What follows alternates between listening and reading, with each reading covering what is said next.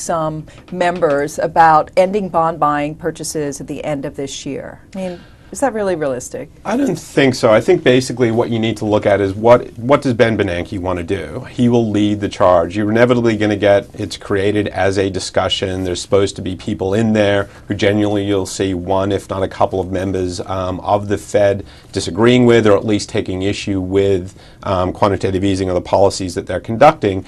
So I don't think it was that surprising, but a lot has to go right for the Fed to end their program. They basically set these targets, inflation around 2.5%, unemployment around 6.5%. At the current pace of job growth, that seems pretty unlikely that we'll hit that before the end of the year.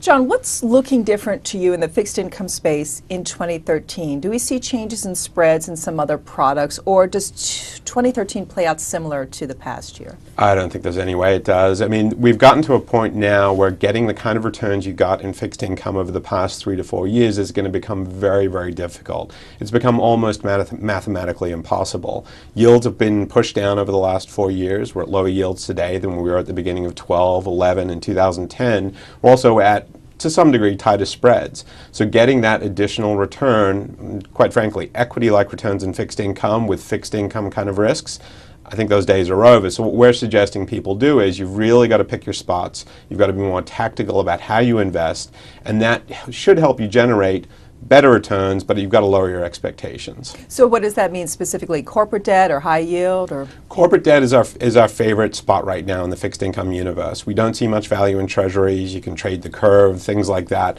But what we're suggesting people do is move into investment grade credit, where you can get better yield than you can in treasuries. You can get lower risk than you get in the equity market. You'll pick up some decent income, nothing fantastic, but decent income, and then you'll see opportunities arise as the year progresses. We'll get negative news out of Washington, maybe we'll get negative news out of Europe. I'm not suggesting we're looking forward to that, but that will inevitably happen. And when it does, maybe high yield becomes more attractive, maybe emerging market debt becomes more attractive.